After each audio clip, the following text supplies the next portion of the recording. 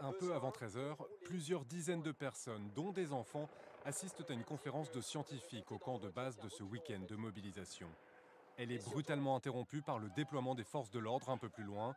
Deux blindés de gendarmerie et des hommes à pied prennent position près de la ZAD installée dans une ferme dont le propriétaire a été exproprié par le chantier d'autoroute. Le militant Thomas Braille tente une dernière négociation. Je dis clairement aux gendarmes, moi je suis en bon terme avec eux. Enfin d'habitude quoi, il faut pas qu'ils envoient la force. Il faut pas qu'ils envoient la force. Putain, on a des enfants, c'est dimanche quoi. On fait ça pour eux. Mais quelques minutes après,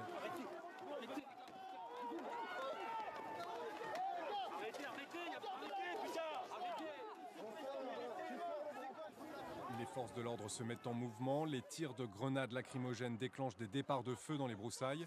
L'un de nos journalistes est témoin d'au moins 3 interpellations. Les manifestants font état d'une trentaine de blessés. C'est inadmissible. Aujourd'hui en France, on ne respecte pas le temps de parole des scientifiques. Inadmissible. C'est un rassemblement complètement pacifique qui était là, qui était en train d'écouter les scientifiques de la Técopole. Et ils interviennent pour chasser et les scientifiques et ceux qui les écoutaient. Et nous sommes quelques milliers. C'est une provocation de la police absolument inadmissible et de la gendarmerie. Face à cette situation, la plupart des participants à cette journée de mobilisation quittent les lieux. Un certain nombre restent sur place sans velléité d'en découdre.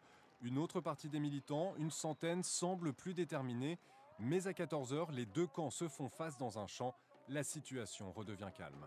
Dans un tweet, la préfecture du Tarn justifie cette intervention par le fait que les lieux devaient être libérés après la manifestation de samedi.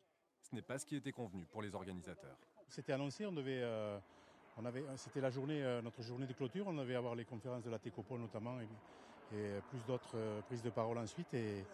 On n'a pas pu aller jusqu'au bout. Enfin, il était prévu qu'on démonte le camp dans l'après-midi et que tout soit rendu à son propriétaire et à son locataire en bon état. Les organisateurs voulaient une manifestation pacifique. Paris réussit samedi, mais la création de la ZAD a donné une autre issue à ce week-end de mobilisation contre l'A69.